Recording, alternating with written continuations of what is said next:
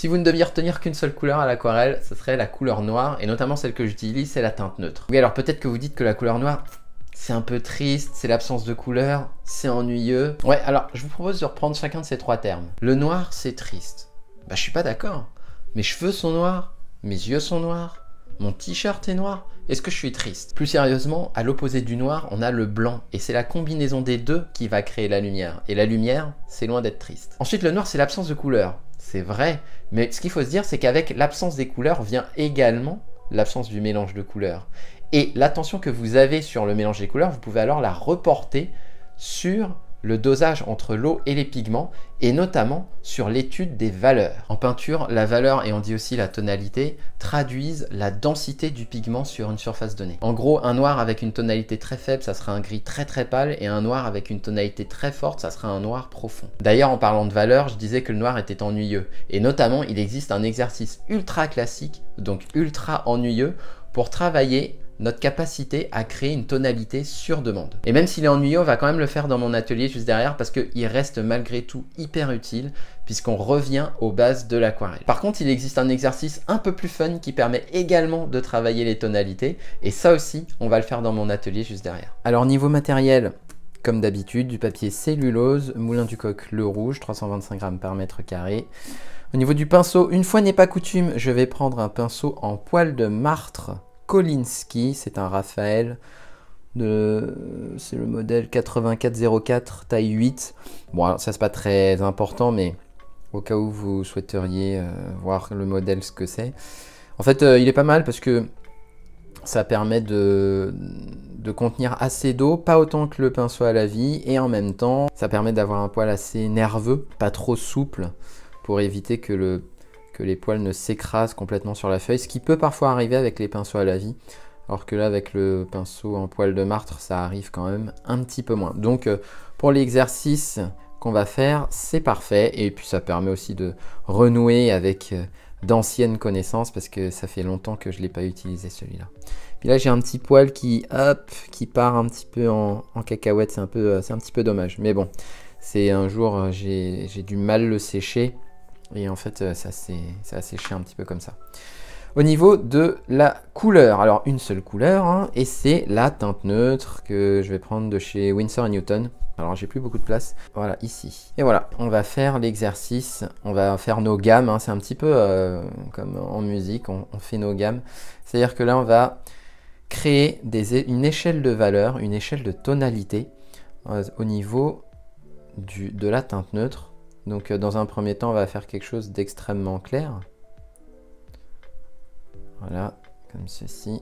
Et là, tac, voilà. Là, on a quelque chose de relativement clair. Et puis, là, vous vous entraînez pour essayer de faire des choses de plus en plus foncées, mais en maintenant une certaine régularité. Là, vous voyez, c'est un petit peu plus foncé, donc c'est bien. Ensuite, vous rajoutez un peu de pigment pour pas avoir quelque chose de trop foncé, mais quand même un petit peu plus. Donc là, c'est un petit peu plus foncé, donc c'est bien. Et en fait, plus ça fonce, moins il va falloir mettre d'eau. Donc là, je mets un peu plus de pigment. Et vous voyez que j'ai pris une zone où il y avait un petit peu moins d'eau. C'est justement pour que ce soit un peu plus pigmenté. Ouais, bah vous voyez, là, je l'ai raté. Super, super pour la démo. C'est pas grave, on essaye encore. Du coup, ça veut dire que j'ai pas mis assez de pigment. En plus, c'est bien, ça permet de voir un peu le... Ouais, là, c'est pas mal. C'est un petit peu plus foncé.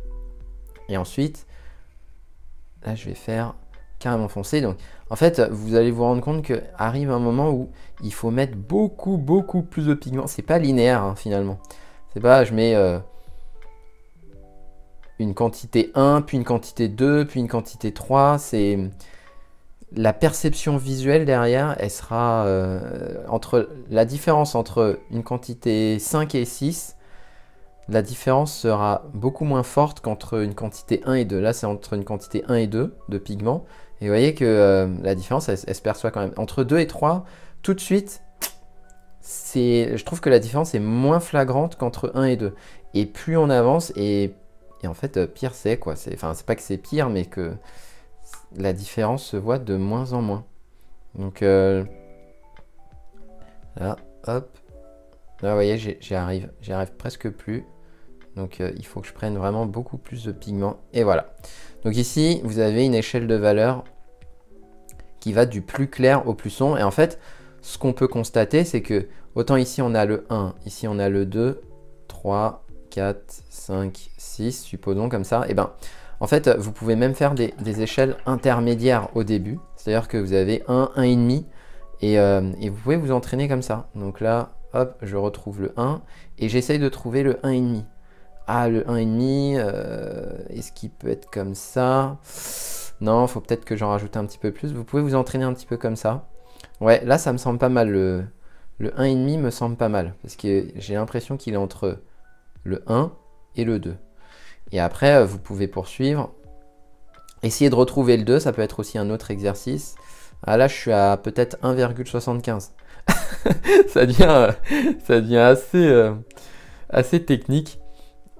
Mais là, voilà, là, je pense que j'ai retrouvé le 2. Et après, vous pouvez essayer de faire du 2,5. Du 2,5, donc sans pour autant que ce soit aussi foncé que le 3, mais un petit peu plus foncé que le 2. Ouais, là, je suis encore toujours sur le 2.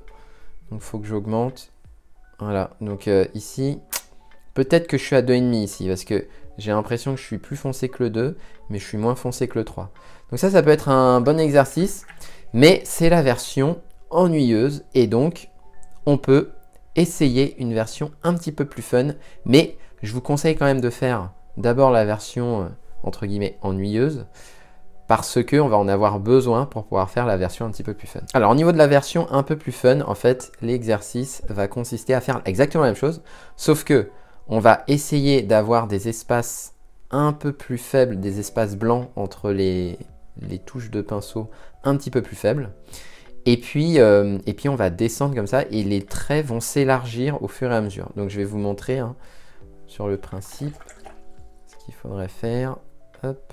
Donc là, et là vous essayez de faire des traits aussi un petit peu plus fins et les grossir de plus en plus. Donc là, je fais un... Alors ça, c'est même pas un 1, en fait, c'est un 0, quelque chose. Donc là, je fais un tout petit trait, donc je sais même pas si vous voyez. Ensuite, j'essaie de me rapprocher pour ne pas toucher, mais pour laisser une toute petite bande blanche. Voilà, pour le faire un petit peu plus large. Je continue.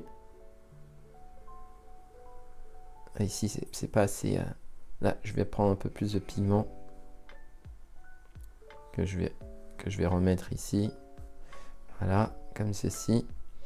Ensuite, je continue. Je démarre un petit peu plus loin et j'essaie de maintenir un tout petit trait blanc entre les deux. Tac. Les traits grossissent petit à petit. Tac, comme ceci. Là, je vais en prendre encore un peu plus. Il y a un peu de bleu qui s'est mélangé, mais c'est pas grave. Et puis là, je bascule sur une zone avec plus de pigments. Donc il y avait pas mal d'eau dans le puits, donc je reprends pas spécialement.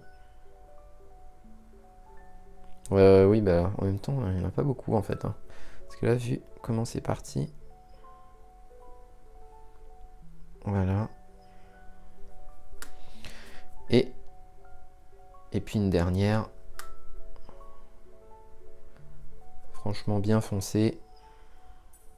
Et là, comme c'est assez haut, assez épais, et ben je peux prendre toute la largeur comme ceci. Ici, j'ai pas assez de pigment, je pense. Je vais en prendre. Hop. Et voilà. Et du coup, donc c'est pas mal le pinceau à poil de marque parce que sinon, j'aurais pas réussi à le faire, je pense. Et donc, voilà, l'exercice, vous l'avez fini. Et qu'est-ce qu'on obtient?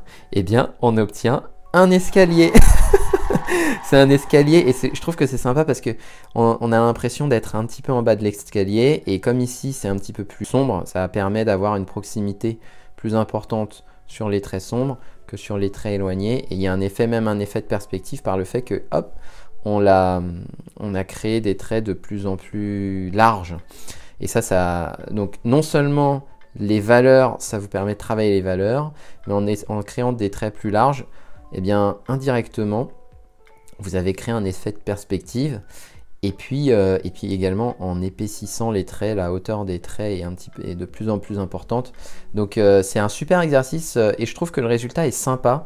Après vous pouvez ajuster hein, si vous dites bah, tiens ici, voilà, ici je le fais un petit peu plus droit comme ça. Vous pouvez rajouter des petits traits ici comme vous voulez hein, avec une petite lampe, voilà comme ça.